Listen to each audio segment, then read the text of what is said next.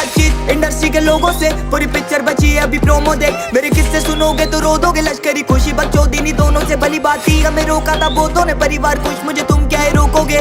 बिस्तर बना देंगे नोटों के अगर मेहनत को पैसों से तोलोगे। रुकेगी कलम नहीं जब तक जिंदा, मैं मरूंगी तब तक निकला है जिंदा। मुझे लगता है जानती सब हूँ मैं, हार या जीत की होती नहीं चिंता। मैं सुनती हूँ लोगों को ज्यादा